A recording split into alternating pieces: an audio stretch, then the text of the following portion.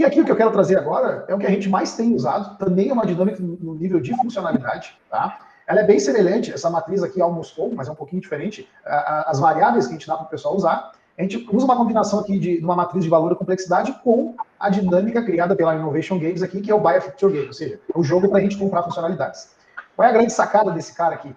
A gente primeiro faz uma filtragem das funcionalidades, trazendo essa visão de valor agregado para o negócio ou para o nosso cliente, para o nosso usuário, e a complexidade para fazer, ou seja, quem participa daqui?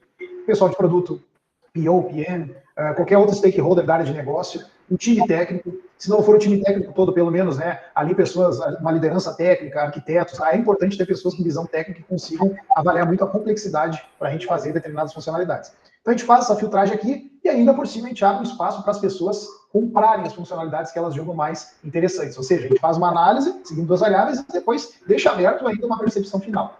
E aí, pessoal, como é que é a dinâmica aqui, tá? A gente vai trabalhar nas funcionalidades, tá? A gente pode pegar alguns blocos, que nem o Sidney fez aqui na do Moscou, e a gente pode pegar blocos inteiros ou algumas, tá? Isso daqui não existe uma ordem certa para vocês executarem isso para os times. A ideia é que todas as funcionalidades elas passem por esse processo, tá? Então, a dinâmica aí que é interessante vocês reservarem algumas horas aí, né? Ou talvez mais um dia, algum turno. A gente sabe que a agenda das pessoas hoje é muito complicada. Tá? Parece que no contexto de home office ficou mais complicada ainda. Então, assim, essas dinâmicas que a gente trouxe são um pouco, né, mais enxutas e focadas na priorização. Mas, claro, daí vocês podem perguntar, Jonas, mas uma Lean Section, né, uma Design Sprint, um Design Thinking, ele já não faz essas etapas? Faz, pessoal. Mas aí vamos ser realistas, né? Qual a empresa hoje que consegue dispor de uma semana inteira dedicada de todos os profissionais de área de negócio, pessoal técnico, né, gerente de produto, às vezes até diretores, para ficar uma semana inteira dedicado na construção de produto? É muito difícil, né? A gente tem um problema bem grande com agendas aí, e todas as empresas que a gente for trabalhar, nós agilistas, que estão num viés ainda muito tradicional, que não passaram um processo de transformação, as pessoas não vão ter tempo. Isso aqui mais vocês vão ouvir, vocês já devem ouvir. Não, mas eu não tenho tempo. Não, mas é uma semana, eu posso ficar uma hora.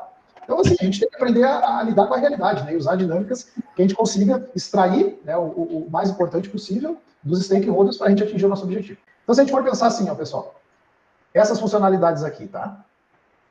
A gente for pegar a primeira, Feature Cadastro de Séries, ou seja, a gente vai cadastrar séries que depois vão estar disponíveis para os usuários. A gente vai ter que fazer esse trabalho de encaixar essa funcionalidade em um desses 4 quadrantes aqui. Lembrando, como é que a gente vai ler esse quadrante, tá? Na vertical aqui a gente tem, né, esse maisinho no que significa que vai trazer mais valor para o negócio para o cliente. Na linha horizontal, a complexidade para fazer, ou seja, quanto mais próximo aqui desse maisinho, é mais complexo para fazer, certo? Então vamos fazer um exercício aí, ó. Imaginando que nós, né, somos um fórum aqui que está todo mundo que vai produzir que vai desenvolver esse produto, tem pessoal técnico, tem pessoas de produto, a gente vai olhar essa funcionalidade de cadastro de série. Onde vocês acham que ela melhor se encaixaria aqui? Considerando, né, o valor que vai agregar para o negócio, para o cliente e a complexidade para fazer. Então, daí assim, a primeira pergunta que a gente já pode fazer para os times, tá? Pessoal, valor para o negócio do cliente, alto ou baixo? Ah, a gente acha que é alto. Então, assim, a gente já sabe que não vai ficar na linha de baixo aqui, nem no 3, nem no 4. Provavelmente vai ficar no 1 e no 2. Tá? Agora, a segunda pergunta é, principalmente para o pessoal técnico, qual é a complexidade para fazer isso? Ah, Jonas, mas a gente ainda não sabe a quantidade de histórias que tem essa funcionalidade, a gente não sabe quais tecnologias não usar. De novo, pessoal, aqui a gente está falando no nível macro ainda, que é funcionalidade. Existem outras dinâmicas depois que a gente descer no nível de história, que aí é o User Story Map, tem outras formas de fazer, tá? Até mesmo um PBD ajuda nisso, mas aqui a gente ainda está falando de priorização de funcionalidades. Lembrando lá naquela escala que o Sidney mostrou, a gente está organizando cada funcionalidade dessa, fica ali na faixa de trimestre, tá? De quarter. Então, a gente sim traz o pessoal técnico para já poder, né, imaginando até pela experiência que tem, que cadastro de séries e complexidade X. Se a gente fosse fazer esse exercício de complexidade, onde é que vocês acham, né, que se enquadraria melhor a questão de complexidade para fazer? É uma complexidade mais alta ou uma complexidade baixa, será? Eu queria uma complexidade mais alta, porque a série não é simplesmente um dado, tem a gravação da própria série também, né? Então tem a parte do streaming dela, né? Então acho que ele não é só um dado na tabela. Então vamos dizer que estaria, né, nesse quadrante 2 aqui. A mesma coisa nós vamos fazer para os outros, tá, pessoal? Feature de login de redes sociais. Login, vocês acham que é uma coisa complexa? Vocês acham que é uma coisa que vai agregar muito para o cliente ou para o negócio ou vai agregar pouco? É um valor agregado alto ou baixo? Valor alto. Valor alto, né? Então a gente sabe que vai ficar no 1 no 2. E se a gente olhar agora horizontal, que é complexidade para fazer, é mais complexo ou menos complexo para a gente fazer isso?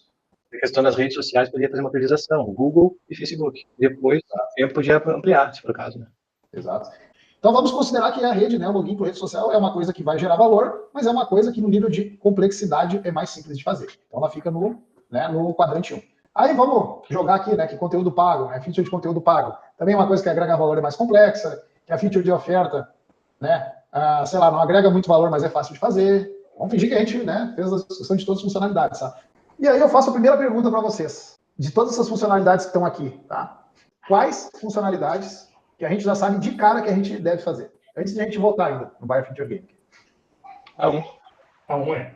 Todas que estão no quadrante 1. Por quê, pessoal? Maior valor e mais simples de fazer. É menor complexidade, é. Exato. Então, assim, são coisas que a gente sabe que vai gerar valor, são mais simples de fazer. Mais simples significa o quê? A gente entrega em menos tempo. Ou seja, se a gente entrega em menos tempo, a gente gera valor mais rápido. E aí isso, às vezes, causa grande confusão de quem não é ágil ainda, né? E muitos diretores, né, e profissionais aí que ainda são tradicionais, eles entendem quando a gente começa a falar hoje em agilidade, né? Ah, não, então vamos entregar mais coisa em menos tempo. É muito comum de ouvir isso. Na realidade, não. Não é que a gente vai entregar mais coisa, a gente vai entregar o que realmente é importante num tempo menor. E aí isso, essa matriz já traz esse exemplo. A gente vai trabalhar em coisas que vão gerar um valor alto, que tem uma complexidade menor, consequentemente a gente vai já entregar no tempo menor coisas que geram mais valor. Então, na realidade, agilidade significa isso. E, no contraponto, o que a gente não deve nem pensar em trabalhar? Pelo menos por agora. Quadrante 4. O 4, né? Além de ser um valor baixo, tá? Ele é muito difícil de fazer. Tá? E aí não é à toa que segue essa ordem, né, pessoal? 1, 2, 3 e 4. Então, a prioridade é sempre o que está aqui, seguido do que está aqui, que apesar de ter um esforço grande, gera valor alto ainda. Por terceiro, esse aqui, que gera um valor baixo, mas é fácil de fazer. E esse aqui a gente nem deve pensar agora. Essa distribuição das funcionalidades aqui nos quadrantes, pessoal, a ideia é que seja algo colaborativo.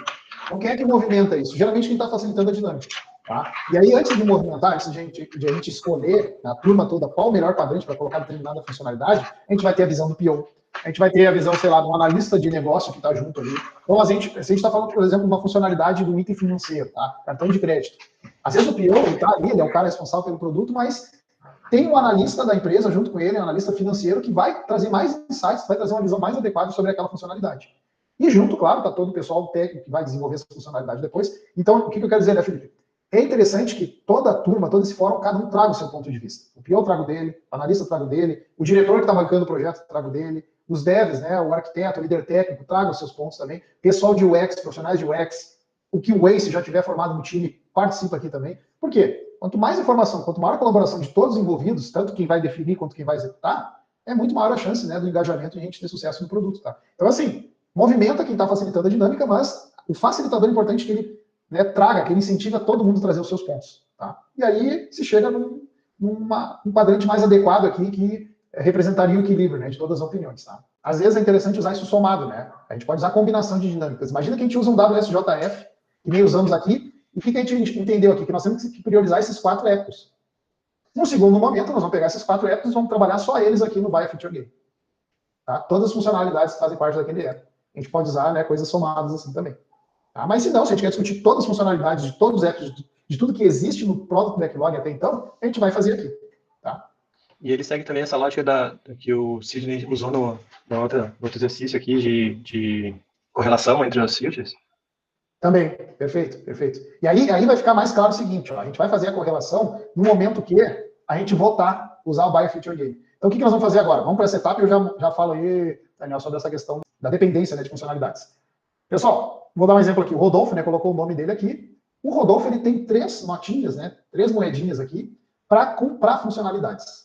Como é que o Rodolfo pode comprar funcionalidades aqui nessa matriz? Ele pode comprar com as 3 notinhas a mesma funcionalidade, ele pode comprar 3 funcionalidades diferentes, uma notinha para cada funcionalidade, ou ele pode colocar 2 notas em uma funcionalidade e a terceira nota em outra, entendeu? É quase como se fossem votos, só que aqui a gente traz a ideia de moeda, né? Por isso que é o jogo do Buy a Feature Game. Então vocês vão pegar as notinhas que estão do lado do nome de vocês e vocês vão comprar as funcionalidades que estão aqui na matriz. Posso comprar a funcionalidade do quadrante 4, Jonas? Pode, não tem problema. Não é muito lógico, né? Até porque a gente já fez uma avaliação prévia aqui e viu que isso aqui não agregaria muito valor. Mas o Buy a Feature Game é legal porque ele dá a chance de todo mundo dar a sua opinião, independente até dessa matriz que tenha sido feito antes, tá? E esse exercício lúdico, inclusive, ele incomoda alguns gerentes, alguns diretores. Cara, eu não vou participar disso aí, não, e eu quero só saber que vai para a esteira e eu quero que vocês entreguem. Então, a vida como ela é. Então, assim, não acreditem que uma dinâmica dessa, por ela ser bonitinha, o diretor vai aceitar, e o gerente vai participar, e etc. E não vai ter qualquer tipo de carteirada. Vai rolar, e talvez vocês não vão conseguir rodar. Então, assim, serve como conhecimento. Se para a vida real você não conseguir aplicar, aí a vida como ela é, né? Aí, ó, vocês compraram as funcionalidades aqui. Legal, é essa a ideia, tá? A gente vê que a funcionalidade de play de filmes teve uma compra muito grande.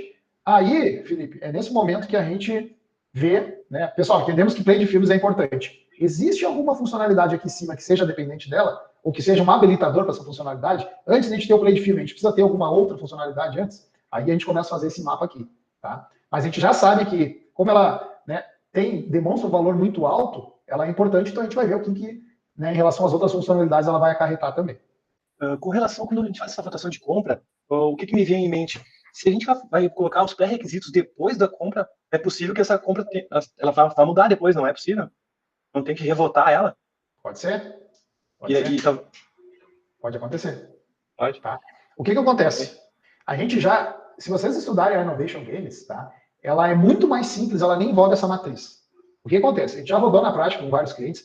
Qual é a ideia desse Buy a Feature Game? É só colocar ali todas as funcionalidades já meio que priorizadas, que a gente sabe trabalhar na sequência, e deixar as pessoas comprarem. Isso até num ambiente onde a gente já tem um contexto melhor alinhado em termos de produto e, sei lá, que já se tem uma cultura ágil um pouco mais avançada, funciona bem. Agora, num cenário onde ainda as pessoas trabalham muito waterfall, ainda são tradicionais, não se comunicam, porque a gente sabe o que é isso, né? Então não existe comunicação. Então vai haver um desalinhamento muito grande, inclusive, de produto. E se a gente não fizer esse filtro da matriz antes de possibilitar a compra, vai dificultar muito. O pessoal vai comprar coisas nada a ver, não vai levar em consideração, né, essa questão de valores e de complexidade. O PO, o cara de produto, quase nunca fala com o desenvolvedor, entendeu? Então a gente tem um desalinhamento muito grande. A gente percebeu que executar o Buy a Feature Game, que nada mais é do que dar o poder para a pessoa, a autonomia para ela comprar o que ela acha que é importante, a gente começou a ter mais sucesso quando executou a matriz antes. Tá? Mas a tua colocação é perfeita. Num ambiente mais amadurecido, em termos de agilidade, a gente não precisa ter a matriz, a gente pode só colocar as funcionalidades e pedir para as pessoas comprarem. Elas já não estão mais alinhadas com o produto. Tá? Mas é um bom cenário, bom ponto que você trouxe, porque, né, tudo depende do contexto, pessoal. Quando a gente fala, seja realista, olha o contexto que você está. Né? Isso é importante. Um outro contexto, né, Jonas? O pedaço ali onde a pessoa... teve uma pessoa ou um grupo de pessoas que compraram ainda assim uma feature no quadrante 4 ali, né? Ele foi extremamente bem votado, apesar de dizer é extremamente complexo, não gera valor para o negócio, ainda assim alguém foi lá e comprou. Isso. Pode acontecer. Pode acontecer. Aí abrir também espaço para as pessoas falarem. Outra dica importante aqui, né, gente, assim, se nós estamos em um ambiente extremamente hierarquizado, que o diretor manda no gerente, o gerente manda no funcionário, e assim a gente vai escalando, tem o diretor, gerente, coordenador, supervisor, tem uma cadeirinha ali de uma galera que vai mandando um no outro, e aí é um monte de cacique para um índiozinho lá no final. O que acontece? Aqui é interessante, de repente, baseado na hierarquia, você dá mais dinheiro e menos dinheiro para as pessoas. Isso, bom. Por exemplo, tem um diretor na qual tem um gerente, não, peraí, por que um desenvolvedor tem 3 dinheiros igual a mim? Não, meu dinheiro vale mais. Aí você põe uma nota maior para ele, você dá 6 dinheiros para ele lá, em vez de 2. E assim vai, tá? Então, e assim, na prática, tá, gente, acontece, e não são poucas vezes. São várias vezes que a gente precisa dar mais dinheiro para as coisas. Outro possível problema, se esse projeto é um projeto que cruza países, por exemplo, está em uma grande corporação que está combinando países ali, se o Brasil tiver mais dinheiro que o México, que a Argentina, vai dar confusão certamente também. Então, esse cenário de hierarquia, o ideal é que vocês entendam o primeiro contexto, e aí como você entende esse contexto, né, de hierarquia? entrevistando as pessoas, no assessment inicial lá de entrada, né, para iniciar o trabalho de agilidade e assim por diante. Exato. Baseado nisso, vi que a hierarquia que é muito forte, não dá o mesmo dinheiro para a galera, porque senão vocês vão ter problema. Esse ponto que o senhor falou é fundamental para a gente não ter uma resistência muito grande no nosso trabalho enquanto agilista, tá? Só que, cara, trazer esse cenário uma empresa que não é assim ainda só vai gerar resistência, principalmente de quem tem o poder e daquele cara que assina o cheque. Então a gente tem que, né, considerar isso e dar uns passos antes, entender o cenário, trabalhar de forma mais inteligente, mais esperta, né? Respeitar essas hierarquias no início e daí, com o tempo, ir trabalhando e quebrando elas. Isso é muito importante a gente entender esse contexto. Quando vocês entrarem nas empresas para promover transformação, né, enquanto agilistas, tenham sempre em mente que a transformação é nas pessoas. Não é em ferramenta, não é no Gira, não é no Azure DevOps, não é fazendo PPT que a gente vai fazer a transformação, não é em ferramenta, não é em tecnologia. Tá? São essas coisas também, é em processo, mas assim, tem que entender que vai ser nas pessoas que a coisa realmente vai começar. Então, né, encarar isso, né, com realidade é importante, né, esse fator cultural, certamente. Isso, e aí existe o cenário, né, de identificar aqueles caras que são resistentes ortodoxos e tem os caras que vão entender o contexto e gostar daquilo, de chegar ao ponto de falar, cara, como eu nunca trabalhei assim, esses caras estão mostrando um caminho novo e sim, eu quero. E vai existir outro que não, cara, eu tô aqui há 20 anos, eu sempre fiz assim e não quero que vocês mexam no meu queijo. E aí mexer no queijo do cara vai gerar um pouquinho de problema, né? E a gente tem que aprender a conviver com este cara. A grande verdade é que se a gente obrigar neste cenário, né, e impor algo, nunca vai sair legal.